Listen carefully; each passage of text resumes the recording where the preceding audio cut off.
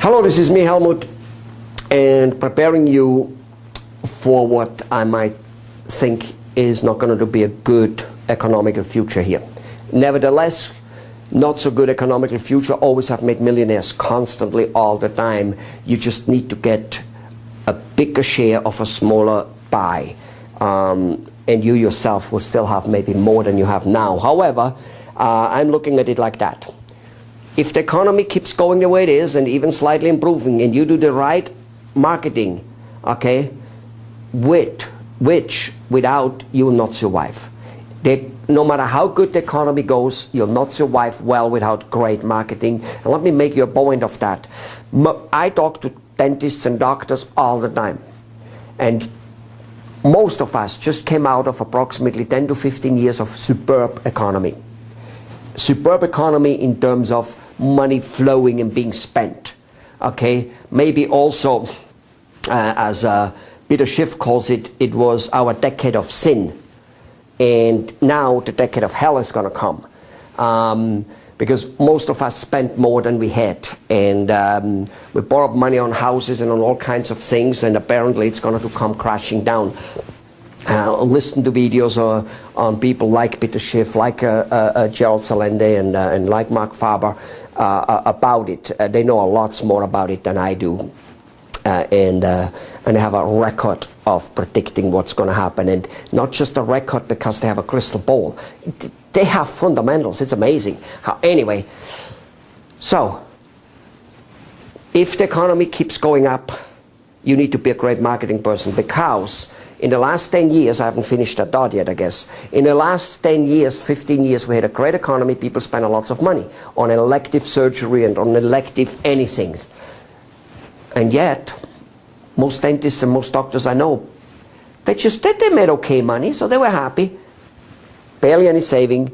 Now that the economy is down and out for about a year, give or take, they're running around with like a chicken with a head cut off. And they're saying, I don't have money for marketing now. I know I need it. I know I want it. I know I need it because I'm not making money. But where did all the money go from lately? And where did all your patients go? You know, of course, once people have no money, it wouldn't matter how loyal they are, they won't spend.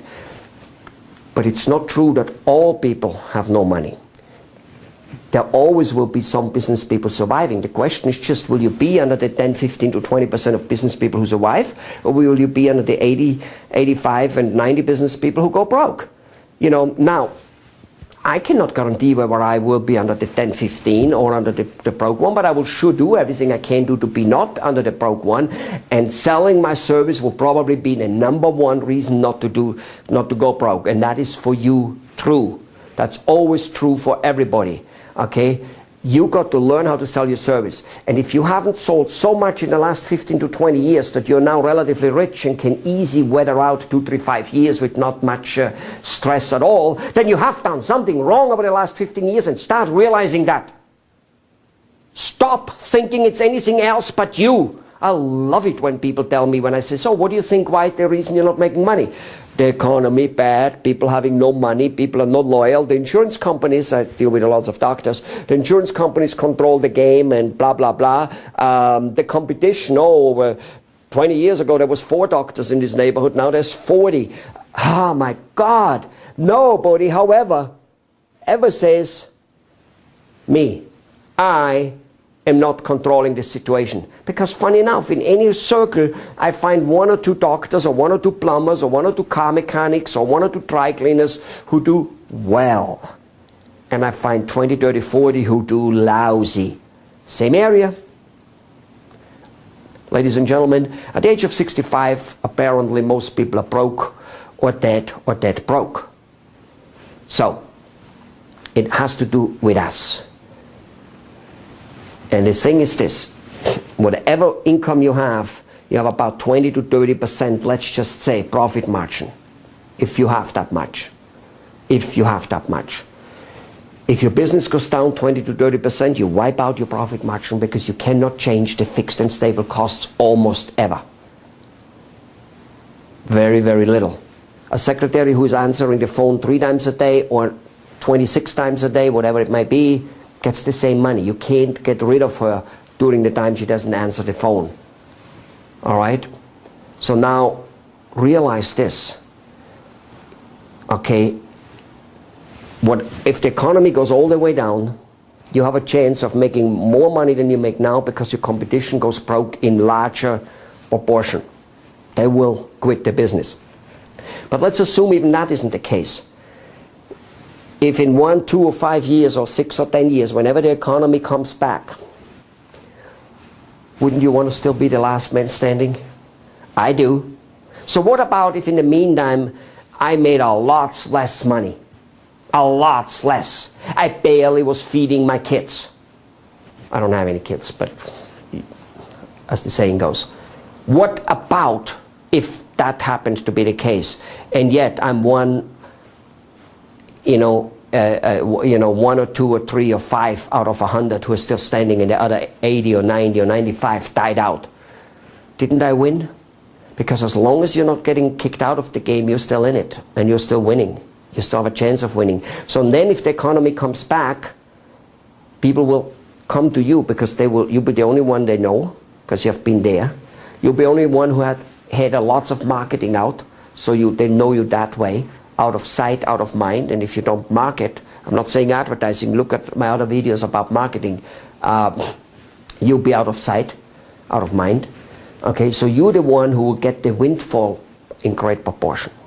And what about if it doesn't go quite so bad that it is a matter of barely surviving? Well, then you get a larger market share and actually can grow, make more money during the recession than you make now, and make a truckload more when the recession or depression is going to be over.